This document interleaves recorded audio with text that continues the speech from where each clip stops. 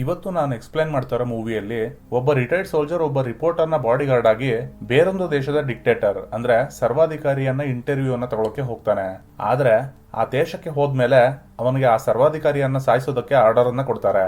ಈ ಆರ್ಡರ್ ಅನ್ನ ನಮ್ಮ ಹೀರೋ ಯಾವ ರೀತಿ ತಗೊಳ್ತಾನೆ ಅನ್ನೋದನ್ನ ಈ ವಿಡಿಯೋದಲ್ಲಿ ನೋಡೋಣ. ಈ ವ್ಯಕ್ತಿಯ ಹೆಸರು ಮ್ಯಾಸನ್. ಮ್ಯಾಸನ್ ಇದಕ್ಕೂ ಮೊದಲು ಯುಎಸ್ ನ ಆರ್ಮಿಯ ಸ್ಪೆಷಲ್ ಫೋರ್ಸ್ ನಲ್ಲಿ ಒಬ್ಬ ಸೋಲ್ಜರ್ ಆಗಿದ್ದ. ಒಮ್ಮೆ ಮ್ಯಾಸನ್ ಹಾಗೂ ಅವನ ಟೀಮ್ ಅನ್ನ ಪ್ಯಾಲಡೋನಿಯಾದ ಜಾನ್ ಅನ್ನೋ ಒಬ್ಬ ಸರ್ವಾಧಿಕಾರಿಯನ್ನ ಮುಗಿಸೋ ಮಿಷನ್ ನ ಮೇಲೆ ಕಳಿಸಲಾಗುತ್ತೆ. ಮ್ಯಾಸನ್ ತನ್ನ ಟೀಮ್ ನ ಜೊತೆ ಪ್ಯಾಲಡೋನಿಯಾ ರೀಚ್ ಆಗ್ತಿದ್ದಾಗೆ ಅವರ ಹೆಲಿಕಾಪ್ಟರ್ ನ ಮೇಲೆ ಒಂದು ದಾಳಿಯನ್ನ ಮಾಡ್ತಾರೆ. ಮ್ಯಾಸನ್ ನ ಟೀಮ್ ನವರೆಲ್ಲ ಆ ಘಟನೆಯಲ್ಲಿ ತಮ್ಮ ಜೀವವನ್ನ ಕಳ್ಕೊಳ್ತಾರೆ. ಅದೃಷ್ಟ ಅನ್ನೋ ರೀತಿ ಮ್ಯಾಸನ್ ಬದುಕುಳಿತಾನೆ. ಆ ಘಟನೆಯಲ್ಲಿ ಮ್ಯಾಸನ್ಗೆ ತುಂಬಾ ಗಾಯಗಳಾಗಿರುತ್ತೆ. ಅದರಿಂದ ಅವನು ಸ್ಪೆಷಲ್ ಫೋರ್ಸ್ ನಿಂದ ಆಚೆ ಬಂದಿರ್ತಾನೆ. ಮೇಸನ್ಗೆ ಒಬ್ಬ ಹೆಂಡತಿ ಹಾಗೂ ಒಬ್ಬ ಮಗಳಿರ್ತಾಳೆ. ಮೇಸನ್ನ ಹೆಂಡತಿ ಹೆಸರು ಜೆನ್ನಿ. ಈಗ ಮೇಸನ್ ಒಬ್ಬ ಲಾಯರ್ ಆಗಿ ಕೆಲಸ ಮಾಡ್ತಿರ್ತಾನೆ. ಆದರೆ ಪ್ರತಿದಿನ ತನ್ನ ಸ್ಪೆಷಲ್ ಫೋರ್ಸ್ ನ ಲೈಫ್ ಅನ್ನ ಮಿಸ್ ಮಾಡ್ಕೊಳ್ತಾನೆ ಇರ್ತಾನೆ. ಇವತ್ತಿಗೂ ಸಹ ಅವನ ಟೀಮ್ ನ ಜೊತೆ ನಡೆದ ದುರಂತದ ಬಗ್ಗೆ ಅವನಿಗೆ ಗಿಲ್ಟ್ ಕಾಡ್ತಾನೆ ಇರುತ್ತೆ. ಮಾರನೇ ದಿನ ಮೇಸನ್ ತನ್ನ ಮಗಳನ್ನ ಸ್ಕೂಲ್ಗೆ ಡ್ರಾಪ್ ಮಾಡೋದಕ್ಕೆ ಹೊರಟಿರ್ತಾನೆ. ದಾರಿಯಲ್ಲಿ ಹೋಗ್ತಾ ಇರುವಾಗ ಅವನ ಮಗಳು ಸ್ಕೂಲ್ ನಲ್ಲಿ ಒಬ್ಬ ಹುಡುಗ ನನಗೆ ಯಾವಾಗ್ಲೂ ರೇಗಿಸ್ತಾ ಇರ್ತಾನೆ ಅಂತ ಹೇಳ್ತಾಳೆ. ಅದಕ್ಕೆ ಮೇಸನ್ ನೆಕ್ಸ್ಟ್ ಟೈಮ್ ಅವನು ಮತ್ತೆ ಅದೇ ರೀತಿ ಮಾಡಿದ್ರೆ ಹಿಂದೆ ಮುಂದೆ ನೋಡದೆ ಅವನ ಕೈ ಕಾಲುಗಳನ್ನ ಮುರಿದಾಕು ಅಂತ ಹೇಳ್ತಾನೆ. ನಂತರ ಮೇಸನ್ ಅವನ ಆಫೀಸ್ಗೆ ಹೋಗ್ತಾನೆ. ಸ್ವಲ್ಪ ಸಮಯದ ನಂತರ ಅವನನ್ನ ಭೇಟಿಯಾಗೋದಕ್ಕೆ ಅಂತ ಅವನ ಹಳೆಯ ಫ್ರೆಂಡ್ ಸೆಬಾಸ್ಟಿಯನ್ ಅಲ್ಲಿಗೆ ಬರ್ತಾನೆ. ಸೆಬಾಸ್ಟಿಯನ್ ಕೂಡ ಮೊದಲಿಗೆ ಮೇಸನ್ ನ ಜೊತೆ ಸ್ಪೆಷಲ್ ಫೋರ್ಸ್ ನಲ್ಲಿ ಕೆಲಸವನ್ನ ಮಾಡ್ತಾ ಇದ್ದ. ಆದ್ರೆ ಈಗ ತನ್ನದೇ ಆದ ಒಂದು ಸೆಕ್ಯೂರಿಟಿ ಏಜೆನ್ಸಿಯನ್ನ ನಡೆಸ್ತಿರ್ತಾನೆ. ಇವನ ಏಜೆನ್ಸಿಯ ಕೆಲಸ ಏನಂದ್ರೆ ದೇಶದ ವಿಐಪಿಗಳಿಗೆ ಸೆಕ್ಯೂರಿಟಿಯನ್ನ ಪ್ರೊವೈಡ್ ಮಾಡೋದು. ಸೆಬಾಸ್ಟಿಯನ್ ನ ಏಜೆನ್ಸಿಯಲ್ಲಿ ಹೆಚ್ಚಿನ ಸಂಖ್ಯೆಯಲ್ಲಿ ಎಕ್ಸ್ ಪೊಲೀಸ್ ಮೆನ್ ಹಾಗೂ ಎಕ್ಸ್ ಆರ್ಮಿ ಮೆನ್ ಗಳೇ ಇರ್ತಾರೆ. ಆದ್ರೆ ಸೆಬಾಸ್ಟಿಯನ್ ನ ಒಂದು ಮಿಷನ್ಗೆ ಇನ್ನೂ ಸೂಪರ್ ಟ್ಯಾಲೆಂಟೆಡ್ ವ್ಯಕ್ತಿಯ ನಿರೀಕ್ಷೆ ಇರುತ್ತೆ. ಯಾಕಂದ್ರೆ ಆ ಮಿಷನ್ ಅಷ್ಟೊಂದು ಡೇಂಜರಸ್ ಆಗಿರುತ್ತೆ. ಅದಕ್ಕೆ ಸೆಬಾಸ್ಟಿಯನ್ ಯಾವುದೇ ರೀತಿಯ ರಿಸ್ಕ್ ಅನ್ನ ತಗೊಳ್ಳೋಕೆ ತಯಾರಿರೋದಿಲ್ಲ. ಸೆಬಾಸ್ಟಿಯನ್ ಮ್ಯಾಸನ್ಗೆ ನೀನೊಬ್ಬ ಜರ್ನಲಿಸ್ಟ್ ಗೆ ಬಾಡಿ ಗಾರ್ಡ್ ಆಗಿ ಪ್ಯಾಲಡೋನಿಯಾಗೆ ಹೋಗ್ಬೇಕು. ಅಲ್ಲಿ ಆ ಜರ್ನಲಿಸ್ಟ್ ಜಾನ್ ಅನ್ನೋ ಒಬ್ಬ ಡಿಕ್ಟೇಟರ್ ನ ಇಂಟರ್ವ್ಯೂ ಅನ್ನ ತಗೊಳ್ತಾಳೆ. ಹಾಗೆ ಇಂಟರ್ವ್ಯೂ ಮುಗಿದ್ಮೇಲೆ ಅವಳನ್ನ ಸೇಫ್ ಆಗಿ ವಾಪಸ್ ಕರ್ಕೊಂಡು ಬರ್ಬೇಕು. ಆ ದೇಶದಲ್ಲಿ ಅವಳ ಜೀವಕ್ಕೆ ಅಪಾಯ ಉಂಟಾಗ್ಬೋದು. ಅದೇ ಕಾರಣಕ್ಕೆ ಅವಳನ್ನ ಒಬ್ಬಂಟಿಯಾಗಿ ಕಳಿಸ್ಕೊಡ್ತಾ ಇಲ್ಲ ಅಂತ ಹೇಳ್ತಾನೆ. ಆದರೆ ಮೇಸನ್ ಪ್ಯಾಲಡೋನಿಯಾ ಹಾಗೂ ಜಾನ್ ನ ಹೆಸರನ್ನ ಕೇಳ್ತಿದ್ದಾಗೆ ಈ ಕೆಲಸ ನನ್ನ ಕೈಯಿಂದ ಸಾಧ್ಯ ಇಲ್ಲ ಅಂತ ಹೇಳ್ಬಿಡ್ತಾನೆ. ನಂತರ ಸೆಬಾಸ್ಟಿಯನ್ ಈ ಕೆಲಸಕ್ಕೆ ಒಂದು ದೊಡ್ಡ ಅಮೌಂಟ್ ನ ಆಫರ್ ಅನ್ನ ಅವನ ಮುಂದಿಡ್ತಾನೆ. ಅಮೌಂಟ್ ತುಂಬಾ ದೊಡ್ಡದಾಗಿದ್ರಿಂದ ಮೇಸನ್ ಡೀಲ್ ಅನ್ನ ಡನ್ ಮಾಡ್ತಾನೆ. ಅದೇ ದಿನ ಸಂಜೆ ತನ್ನ ಮಗಳನ್ನ ಮನೆ ಕರ್ಕೊಂಡು ಹೋಗಕ್ಕೆ ಅಂತ ಸ್ಕೂಲ್ ನ ಬಳಿ ಹೋಗಿ ನೋಡಿದ್ರೆ ಅಲ್ಲಿ ಆಲ್ರೆಡಿ ಅವನ ಹೆಂಡತಿ ಜೆನ್ನಿ ಅಲ್ಲಿಗೆ ಬಂದಿರ್ತಾಳೆ. ಯಾಕಂದ್ರೆ ಅವನ ಮಗಳು ಒಬ್ಬ ಹುಡುಗನ ಕೈ ಕಾಲುಗಳನ್ನ ಮುರಿದು ಹಾಕಿರ್ತಾಳೆ. ಸ್ಕೂಲ್ ನ ಪ್ರಿನ್ಸಿಪಲ್ ನೀನ್ ಯಾಕೆ ಹೀಗ್ ಮಾಡಿದೆ ಅಂತ ಕೇಳಿದಕ್ಕೆ ಅವಳು ನನ್ನ ತಂದೆನೇ ಈ ರೀತಿ ಮಾಡೋದಕ್ಕೆ ಹೇಳಿದ್ದು ಅಂತ ಕೂಡ ಹೇಳಿರ್ತಾಳೆ. ಈ ವಿಷಯದ ಸಲುವಾಗಿ ಮೇಸನ್ ಹಾಗೂ ಅವನ ಹೆಂಡತಿಯ ನಡುವೆ ಜಗಳ ಆಗುತ್ತೆ. ನೆಕ್ಸ್ಟ್ ಸೀನ್ ನಲ್ಲಿ ಮೇಸನ್ ನಾನೊಂದು ಮಿಷನ್ ನ ಮೇಲೆ ಆಚೆ ಹೋಗ್ತಿದ್ದೀನಿ ಅಂತ ಹೇಳಿ ಮನೆಯಿಂದ ಹೊರಡ್ತಾನೆ. ಆದ್ರೆ ಜೆನ್ನಿಗೆ ಅದು ಇಷ್ಟ ಇರೋದಿಲ್ಲ. ಮೇಸನ್ ಕ್ಲೇರ್ ನ ಪಿಕ್ ಮಾಡೋದಕ್ಕೆ ಅಂತ ಅವಳ ಅಪಾರ್ಟ್ಮೆಂಟ್ ನ ಬಳಿ ಹೋಗ್ತಾನೆ. ಈಕೆನೆ ಕ್ಲೇರ್. ಈಗ ಮೇಸನ್ ಇವಳ ಬಾಡಿ ಗಾರ್ಡ್ ಆಗಿ ಪ್ಯಾಲಡೋನಿಯಾಗೆ ಹೋಗ್ತಿದ್ದಾನೆ. ಕಾರ್ ನಲ್ಲಿ ಹೋಗ್ತಿರುವಾಗ ಮೇಸನ್ ಕ್ಲೇರ್ಗೆ ನೀನ್ ಅಲ್ಲಿ ಹೋದ್ಮೇಲೆ ತುಂಬಾ ಅಲರ್ಟ್ ಆಗಿರೋದು ಒಳ್ಳೇದು. ಯಾಕಂದ್ರೆ ಜಾನ್ ಒಬ್ಬ ಒಳ್ಳೆ ವ್ಯಕ್ತಿ ಅಲ್ಲ, ಅವನೊಬ್ಬ ಡಿಕ್ಟೇಟರ್, ಅಂದ್ರೆ ಹಿಟ್ಲರ್ ನ ರೀತಿ ಒಬ್ಬ ಸರ್ವಾಧಿಕಾರಿ ಅಂತ ಹೇಳ್ತಾನೆ. ಆದ್ರೆ ಜಾನ್ ನ ಜೊತೆಗಿನ ಇಂಟರ್ವ್ಯೂ ಇಂದ ಕ್ಲೇರ್ ನ ಕರಿಯರ್ ನೆಕ್ಸ್ಟ್ ಲೆವೆಲ್ಗೆ ಹೋಗ್ತಿರುತ್ತೆ. ಅದಕ್ಕೆ ಅವಳು ಮೇಸನ್ಗೆ ನೀನೊಬ್ಬ ಬಾಡಿ ಗಾರ್ಡ್, ನಿನಗೆ ವಹಿಸಿರೋ ಕೆಲಸವನ್ನ ಅಚ್ಚುಕಟ್ಟಾಗಿ ಮಾಡಿದ್ರೆ ಸಾಕು ಅಂತ ಹೇಳ್ತಾಳೆ. ನೆಕ್ಸ್ಟ್ ಸೀನ್ ನಲ್ಲಿ ಇಬ್ಬರು ಪ್ಯಾಲಡೋನಿಯಾ ರೀಚ್ ಆಗ್ತಾರೆ. ಅಲ್ಲಿ ಜಾನ್ ಖುದ್ದಾಗಿ ಇವರನ್ನ ಪಿಕ್ ಮಾಡೋದಕ್ಕೆ ಬಂದಿರ್ತಾನೆ. ಜಾನ್ ಕ್ಲೇರ್ ನ ತುಂಬಾ ಆತ್ಮೀಯವಾಗಿ ವೆಲ್ಕಮ್ ಮಾಡ್ತಾನೆ. ಆದ್ರೆ ಅವನ ಬಾಡಿ ಗಾರ್ಡ್ ಗಳು ಮೇಸನ್ ನ ಕಂಪ್ಲೀಟ್ ಆಗಿ ಚೆಕ್ ಮಾಡಿ ಅವನ ಬಳಿ ಇದ್ದ ವೆಪನ್ ಗಳನ್ನ ತಮ್ಮ ಬಳಿ ಇಟ್ಕೊಳ್ತಾರೆ. ಜಾನ್ ಅವರಿಬ್ಬರನ್ನ ತನ್ನ ಬಂಗಲೆಗೆ ಕರ್ಕೊಂಡು ಹೋಗೋಕ್ ಮೊದಲು ಅವನ ದೇಶದ ಸೌಂದರ್ಯವನ್ನ ತೋರಿಸಬೇಕು ಅಂತ ಅನ್ಕೊಳ್ತಾನೆ. ಹಾಗಾಗಿ ಅವರನ್ನ ಕಾಡಿನ ಕಡೆ ಕರ್ಕೊಂಡು ಹೋಗ್ತಾನೆ. ದಾರಿಯಲ್ಲಿ ಜಾನ್ ಹಾಗೂ ಕ್ಲೇರ್ ಇಬ್ಬರು ತುಂಬಾ ಕ್ಲೋಸ್ ಆಗ್ತಾರೆ. ಜಾನ್ ಮೇಸನ್ ನ ಬ್ಯಾಕ್ ಗ್ರೌಂಡ್ ಅನ್ನ ಕೂಡ ತಿಳ್ಕೊಂಡಿರ್ತಾನೆ. ಇದ್ದಕ್ಕಿದ್ದಾಗೆ ಜಾನ್ ನ ಗಾರ್ಡ್ ಗಳ ವೆಹಿಕಲ್ ನ ಮೇಲೆ ಅಟ್ಯಾಕ್ ಆಗುತ್ತೆ. ಹಾಗೆ ಅವರ ವೆಹಿಕಲ್ ಗಳು ಬ್ಲಾಸ್ಟ್ ಆಗ್ತವೆ. ಇದೆಲ್ಲ ಎಷ್ಟು ಫಾಸ್ಟ್ ಆಗಿ ನಡೆಯುತ್ತೆ ಅಂದ್ರೆ ಒಂದ್ ಸೆಕೆಂಡ್ಗೆ ಮೇಸನ್ಗೆ ಅಲ್ಲಿ ಏನ್ ನಡೀತದೆ ಅನ್ನೋದೇ ಅರ್ಥ ಆಗೋದಿಲ್ಲ. ತಕ್ಷಣ ಮೇಸನ್ ಕಾರನ್ನ ಅಲ್ಲಿಂದ ಫಾಸ್ಟ್ ಆಗಿ ಡ್ರೈವ್ ಮಾಡ್ಕೊಂಡು ಹೋಗ್ತಾನೆ. ಸ್ವಲ್ಪ ದೂರ ಹೋದ್ಮೇಲೆ ಅವರ ವೆಹಿಕಲ್ ಕೂಡ ಕೈ ಕೊಡುತ್ತೆ. ನಂತರ ಅವರು ಕಾಡಿನ ದಾರಿಯಲ್ಲಿ ನಡ್ಕೊಂಡು ಹೋಗೋದಾಗಿ ಡಿಸೈಡ್ ಮಾಡ್ತಾರೆ. ಕ್ಲೇರ್ ಇದ್ದೋಳು ಇವರೆಲ್ಲ ಯಾರು, ನಮ್ಮನ್ನ ಯಾಕೆ ಸಾಯಿಸೋಕ್ ಬಂದಿದ್ರು ಅಂತ ಕೇಳ್ತಾಳೆ. ಅದಕ್ಕೆ ಮೇಸನ್ ಅವರು ನಮ್ಮನ್ನಲ್ಲ, ಕೇವಲ ಜಾನ್ ನ ಸಾಯಿಸೋಕೆ ಬಂದಿದ್ದು ಅಂತ ಹೇಳ್ತಾನೆ. ನಂತರ ಸ್ಯಾಟಲೈಟ್ ಫೋನ್ ನ ಮೂಲಕ ಸೆಬಾಸ್ಟಿಯನ್ ಅನ್ನ ಕಾಂಟ್ಯಾಕ್ಟ್ ಮಾಡಿ ನಡೆದ ಘಟನೆಯ ಬಗ್ಗೆ ಕಂಪ್ಲೀಟ್ ಡೀಟೇಲ್ಸ್ ಅನ್ನ ಕೊಡ್ತಾನೆ. ಸೆಬಾಸ್ಟಿಯನ್ ಮೇಸನ್ ಇದ್ದ ಲೊಕೇಶನ್ ಅನ್ನ ತಿಳ್ಕೊಂಡು ಆದಷ್ಟು ಬೇಗ ಹತ್ತಿರದಲ್ಲೇ ಇರೋ ಖಾಲಿ ಜಾಗವನ್ನ ತಲುಪು, ಒಂದು ಹೆಲಿಕಾಪ್ಟರ್ ಅನ್ನ ಕಳಿಸ್ತಿದ್ದೀನಿ ಅಂತ ಹೇಳ್ತಾನೆ. ಮೇಸನ್ ಫೋನ್ ನಲ್ಲಿ ಮಾತಾಡ್ತಾ ಇದ್ದದನ್ನ ನೋಡಿ ಜಾನ್ ಫೋನ್ ಅನ್ನ ಕೇಳ್ತಾನೆ. ಅವನಿಗೂ ಸಹ ಯಾರಿಗೋ ಕಾಲ್ ಮಾಡೋದಿರುತ್ತೆ. ಆದ್ರೆ ಜಾನ್ಗೆ ಮೇಸನ್ ಫೋನ್ ನ ಕೊಡೋಕ್ ಆಗಲ್ಲ ಅಂತ ಹೇಳ್ತಾನೆ. ನಂತರ ಕ್ಲೇರ್ ಮಧ್ಯ ಬಂದು ಫೋನ್ ಅನ್ನ ಕೊಡೋದಕ್ಕೆ ಹೇಳಿದ್ಮೇಲೆ ಬೇರೆ ಏನೋ ಆಪ್ಷನ್ ಇಲ್ದಿರಾ ಮೇಸನ್ ಜಾನ್ಗೆ ಫೋನ್ ಅನ್ನ ಕೊಡ್ತಾನೆ. ಜಾನ್ ತನ್ನ ಅಳಿಯ ಜಾರ್ಜ್ ಗೆ ಕಾಲ್ ಮಾಡಿ ಅವನ ಮೇಲೆ ನಡೆದ ದಾಳಿಯ ಬಗ್ಗೆ ಹೇಳ್ತಾನೆ. ಆದ್ರೆ ಜಾರ್ಜ್ಗೆ ಜಾನ್ ಇನ್ನೂ ಜೀವಂತವಾಗಿರೋದು ಗೊತ್ತಾಗಿ ಸಿಕ್ಕಾಪಟ್ಟೆ ಶಾಕ್ ಆಗುತ್ತೆ. ಯಾಕಂದ್ರೆ ಜಾನ್ ಅನ್ನ ಮುಗಿಸೋ ಪ್ಲಾನ್ ಅನ್ನ ಖುದ್ದಾಗಿ ಜಾರ್ಜ್ ಹಾಗೂ ಅದೇ ದೇಶದ ಆರ್ಮಿ ಜನರಲ್ ಸೇರ್ಕೊಂಡು ಮಾಡಿರ್ತಾರೆ. ನಂತರ ಕೆವಿನ್ ಅನ್ನೋ ಒಬ್ಬ ಡಾನ್ಗೂ ಕೂಡ ಜಾನ್ ಜೀವಂತವಾಗಿರೋದು ಗೊತ್ತಾಗುತ್ತೆ. ಕೆವಿನ್ ಮತ್ತೆ ಜಾನ್ ನ ಮೇಲೆ ಅಟ್ಯಾಕ್ ಮಾಡೋದಕ್ಕೆ ಆರ್ಡರ್ ಕೊಡ್ತಾನೆ. ಈ ಕೆವಿನ್ ಕೂಡ ಜಾರ್ಜ್ ನ ಜೊತೆ ಸೇರ್ಕೊಂಡಿರ್ತಾನೆ. ಈ ಕಡೆ ಜಾನ್ಗೆ ಜಾರ್ಜ್ ಮಾತಾಡ್ತಾ ಇದ್ದ ರೀತಿಯಿಂದ ಅವನ ಉದ್ದೇಶ ಏನು ಅಂತ ಕ್ಲಿಯರ್ ಆಗಿ ಅರ್ಥ ಆಗುತ್ತೆ. ಆಕ್ಚುಯಲ್ ಆಗಿ ಜಾರ್ಜ್ಗೆ ಯಾಕೆ ಕಾಲ್ ಮಾಡಿದ್ದ ಅಂದ್ರೆ ಅವನನ್ನ ಸಾಯಿಸೋಕೆ ಪ್ಲಾನ್ ಮಾಡಿದವ್ರಿಗೆ ಅವನಿನ್ನೂ ಬದುಕಿರೋ ವಿಷಯ ಗೊತ್ತಾಗ್ಲಿ ಅಂತ. ಜಾನ್ ಮೇಸನ್ಗೆ ನನಗೆ ಹೆಲ್ಪ್ ಮಾಡು ಅಂತ ಕೇಳ್ಕೊಳ್ತಾನೆ. ಆದ್ರೆ ಮೇಸನ್ ಇಲ್ಲಿಗೆ ಕೇವಲ ಕ್ಲೇರ್ಳ ಬಾಡಿಗಾರ್ಡ್ ಆಗಿ ಬಂದಿದ್ರಿಂದ ಅವಳನ್ನ ಕರ್ಕೊಂಡು ಅಲ್ಲಿಂದ ಹೊರಡ್ತಾನೆ. ಸ್ವಲ್ಪ ದೂರ ಹೋದ್ಮೇಲೆ ಅವರಿಗೆ ಒಂದು ಹೆಲಿಕಾಪ್ಟರ್ ಕಾಣಿಸುತ್ತೆ. ಆದ್ರೆ ಆ ಹೆಲಿಕಾಪ್ಟರ್ ಅವರನ್ನ ಕಾಪಾಡೋದಕ್ಕಲ್ಲ, ಬದಲಿಗೆ ಅವರನ್ನ ಸಾಯಿಸೋದಕ್ಕೆ ಬಂದಿರುತ್ತೆ. ಮೇಸನ್ಗೆ ಅವರ ಹಾವಭಾವಗಳನ್ನ ನೋಡಿ ಅದು ತಕ್ಷಣ ಅರ್ಥವಾಗುತ್ತೆ. ಅಷ್ಟರಲ್ಲಿ ಹೆಲಿಕಾಪ್ಟರ್ ನಿಂದಲೇ ಫೈರಿಂಗ್ ಶುರುವಾಗುತ್ತೆ. ಆ ಫೈರಿಂಗ್ ನಿಂದ ತಪ್ಪಿಸ್ಕೊಂಡು ಕ್ಲೇರ್ ಅನ್ನ ಕರ್ಕೊಂಡು ಒಂದು ಸೇಫ್ ಜಾಗವನ್ನ ತಲುಪ್ತಾನೆ. ಅಲ್ಲಿಂದ ಒಂದು ಸ್ನೈಪರ್ ರೈಫಲ್ ನ ಮೂಲಕ ಹೆಲಿಕಾಪ್ಟರ್ ನ ಪೈಲಟ್ ಗೆ ಶೂಟ್ ಮಾಡ್ತಾನೆ. ಹೆಲಿಕಾಪ್ಟರ್ ಕ್ರಾಶ್ ಆಗುತ್ತೆ. ಆದ್ರೆ ಅಪಾಯ ಇನ್ನೂ ಅವರ ಬೆನ್ನ ಹಿಂದೆನೆ ಇರುತ್ತೆ. ಒಬ್ಬ ವ್ಯಕ್ತಿ ಮೇಸನ್ ನ ಮೇಲೆ ಅಟ್ಯಾಕ್ ಮಾಡ್ತಾನೆ. ಮೇಸನ್ ಅವನನ್ನ ಸುಲಭವಾಗಿ ಮುಗಿಸ್ಬಿಡ್ತಾನೆ. ತಕ್ಷಣ ಅಲ್ಲಿಗೆ ಇನ್ನೊಬ್ಬ ವ್ಯಕ್ತಿ ಬಂದು ಮೇಸನ್ ನ ಮೇಲೆ ಅಟ್ಯಾಕ್ ಮಾಡ್ತಾನೆ.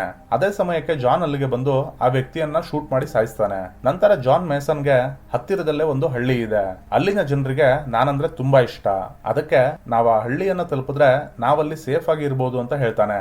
ಈಗ ಮೇಸನ್ ಹಾಗೂ ಕ್ಲೇರ್ ಬಳಿ ಬೇರೆ ಏನೋ ಆಪ್ಷನ್ ಇಲ್ದಿರ ಅದಕ್ಕೆ ಸರಿ ಅಂತ ಒಪ್ಕೊಳ್ತಾರೆ. ಆ ಹಳ್ಳಿಯಲ್ಲಿ ಅವರಿಗೆ ಒಂದೊಳ್ಳೆ ವೆಲ್ಕಮ್ಮೇ ಸಿಗುತ್ತೆ. ಇನ್ನೊಂದ್ ಕಡೆ ಹೆಲಿಕಾಪ್ಟರ್ ಕ್ರಾಶ್ ಆಗಿದ್ದ ಜಾಗಕ್ಕೆ ಜಾರ್ಜ್ ಬರ್ತಾನೆ.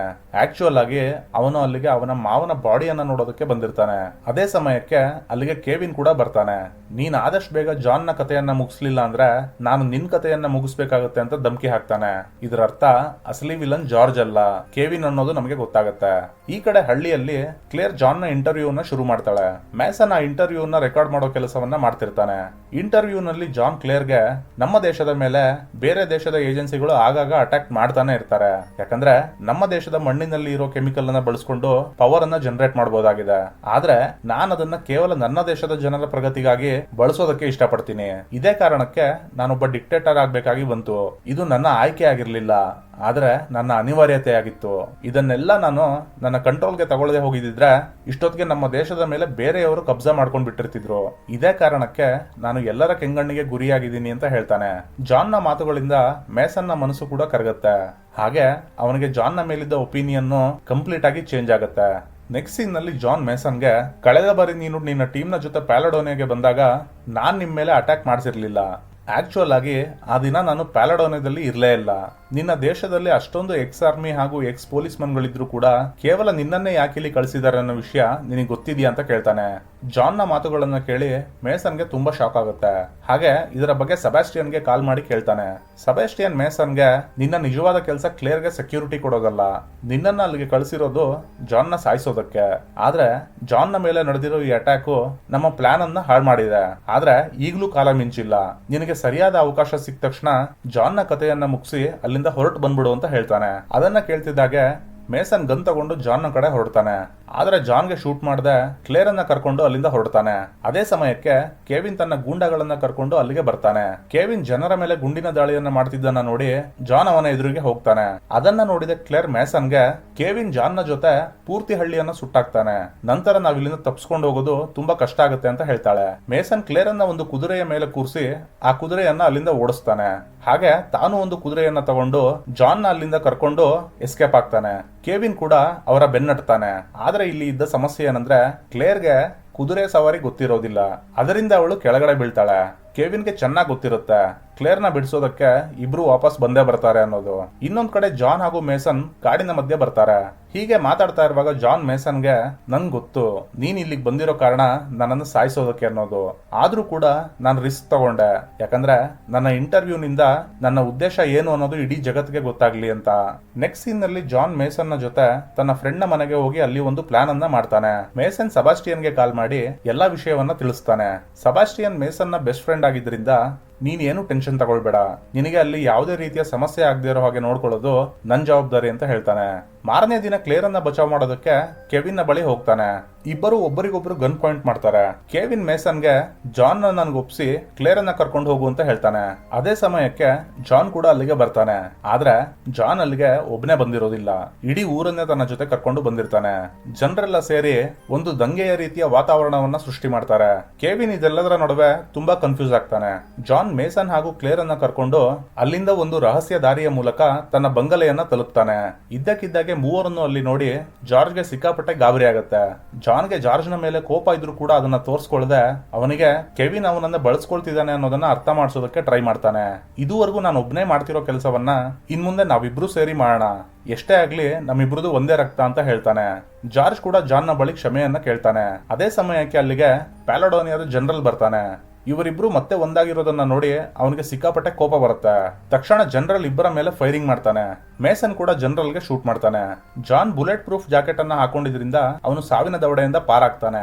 ಆದ್ರೆ ಜಾರ್ಜ್ ಹಾಗೂ ಜನರಲ್ ಇಬ್ರು ಅಲ್ಲೇ ಸತ್ತೋಗ್ತಾರೆ. ಫೈರಿಂಗ್ ನ ಶಬ್ದವನ್ನ ಕೇಳಿ ಜನರಲ್ ನ ಸೈನಿಕರು ಒಳಗಡೆ ಬರ್ತಾರೆ.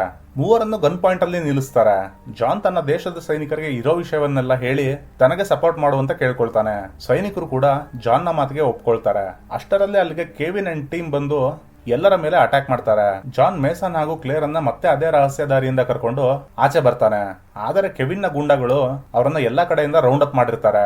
ನೆಕ್ಸ್ಟ್ ಸೀನ್ ನಲ್ಲಿ ಮೇಸನ್ ಹಾಗೂ ಕೆವಿನ್ ಫೈಟ್ ಮಾಡ್ತಾ ಇರ್ತಾರೆ. ಕೆವಿನ್ ಮೇಸನ್ಗೆ ನಿನ್ನ ಹೆಲಿಕಾಪ್ಟರ್ ನ ಮೇಲೆ ಅಟ್ಯಾಕ್ ಮಾಡಿದ್ದು ಹಾಗೂ ನಿನ್ನ ಟೀಮ್ ಮೆಂಬರ್ ಗಳನ್ನ ಸಾಯಿಸಿದ್ದು ನಾನೇ ಅಂತ ಹೇಳ್ತಾನೆ. ಕೆವಿನ್ ಇನ್ನೇನು ಮೇಸನ್ ನ ಸಾಯಿಸಬೇಕು ಅನ್ನೋಷ್ಟರಲ್ಲಿ ಕ್ಲೇರ್ ಅಲ್ಲಿಗೆ ಬಂದು ಹಿಂದಿನಿಂದ ಅಟ್ಯಾಕ್ ಮಾಡಿ ಮೇಸನ್ ನ ಸೇವ್ ಮಾಡ್ತಾಳೆ. ಕೆವಿನ್ ನ ಗುಂಡಗಳು ಈಗಲೂ ಫೈರಿಂಗ್ ಮಾಡ್ತಾನೆ ಇರ್ತಾರೆ. ಆಗ ಸೆಬಾಸ್ಟಿಯನ್ ತನ್ನ ಟೀಮ್ ನ ಜೊತೆ ಅಲ್ಲಿಗೆ ಬಂದು ಕಂಪ್ಲೀಟ್ ಸಿಚುವೇಶನ್ ಅನ್ನ ತನ್ನ ಕಂಟ್ರೋಲ್ಗೆ ತಗೊಳ್ತಾನೆ. ಪ್ಯಾಲಡೋನಿಯಾದಲ್ಲಿ ಸಿಚುವೇಶನ್ ಮತ್ತೆ ನಾರ್ಮಲ್ಗೆ ಬರುತ್ತೆ. ಇದುವರೆಗೂ ನಡೆದ ಎಲ್ಲಾ ಘಟನೆಗಳನ್ನ ಕ್ಲೇರ್ ರೆಕಾರ್ಡ್ ಮಾಡಿರ್ತಾಳೆ. ಪ್ರಪಂಚದ ಎದುರು ಜಾನ್ ನ ಸತ್ಯವನ್ನ ತೋರಿಸೋದ್ರಲ್ಲಿ ಅವಳ ಕಾಂಟ್ರಿಬ್ಯೂಷನ್ ಕೂಡ ಇರುತ್ತೆ. ಜಾನ್ ಒಂದು ಪ್ರೆಸ್ ಮೀಟ್ ಮಾಡಿ ಇನ್ಮುಂದೆ ಪ್ಯಾಲಡೋನಿಯಾದಲ್ಲಿ ಫ್ರೀ ಎಲೆಕ್ಷನ್ ಗಳು ನಡೀತವೆ ಅಂತ ಹೇಳ್ತಾನೆ. ಮೇಸನ್ ನ ಟಿವಿಯಲ್ಲಿ ನೋಡಿ ಜೆನ್ನಿಗೂ ತುಂಬಾ ಖುಷಿ ಆಗುತ್ತೆ. ನೆಕ್ಸ್ಟ್ ಸೀನ್ ನಲ್ಲಿ ಮೇಸನ್ ತನ್ನ ಮನೆಗೆ ವಾಪಸ್ ಬರ್ತಾನೆ. ಮೇಸನ್ ತನ್ನ ಹೆಂಡತಿ ಹಾಗೂ ಮಗಳನ್ನ ಕರ್ಕೊಂಡು ಆಚೆ ಹೊರಟಿರ್ತಾನೆ. ಆಗ ಅವನಿಗೆ ಜಾನ್ ನ ಮೆಸೇಜ್ ಬರುತ್ತೆ, ನಾನ್ ನಿಂಗೊಂದು ಗಿಫ್ಟ್ ನ ಕಳ್ಸಿದೀನಿ ಅಂತ. ಮೇಸನ್ ATM ಗೆ ಹೋಗಿ ತನ್ನ ಅಕೌಂಟ್ ಅನ್ನು ಚೆಕ್ ಮಾಡಿ ನೋಡಿದ್ರೆ ಜಾನ್ ಮೇಸನ್ ನ ಅಕೌಂಟ್ಗೆ $5 ಲಕ್ಷ ಮಿಲಿಯನ್ ಹಣವನ್ನ ಡೆಪಾಸಿಟ್ ಮಾಡಿಸಿರ್ತಾನೆ. ಅದನ್ನ ನೋಡಿ ಮೇಸನ್ಗೆ ತುಂಬಾ ಖುಷಿ ಆಗುತ್ತೆ. ಅದೇ ಖುಷಿಯಲ್ಲಿ ತನ್ನ ಹೆಂಡತಿ ಮಗಳನ್ನ ಕರ್ಕೊಂಡು ಒಂದು ಟ್ರಿಪ್ಗೆ ಹೊರಡ್ತಾನೆ. ಇದರೊಂದಿಗೆ ಈ ಮೂವಿ ಇಲ್ಲಿಗೆ ಎಂಡ್ ಆಗುತ್ತೆ. ನಿಮಗೆ ಈ ವಿಡಿಯೋ ಇಷ್ಟವಾಗಿದ್ರೆ ಒಂದು ಲೈಕ್ ಮಾಡಿ. ಮೂವಿ ಎಕ್ಸ್ಪ್ಲನೇಷನ್ ಹೇಗನಿಸ್ತು ಅನ್ನೋದನ್ನ ಕಮೆಂಟ್ ಮಾಡಿ ತಿಳಿಸಿ. ಮತ್ತೆ ಸಿಗೋಣ ಮುಂದಿನ ವಿಡಿಯೋದಲ್ಲಿ. ನಮಸ್ಕಾರ.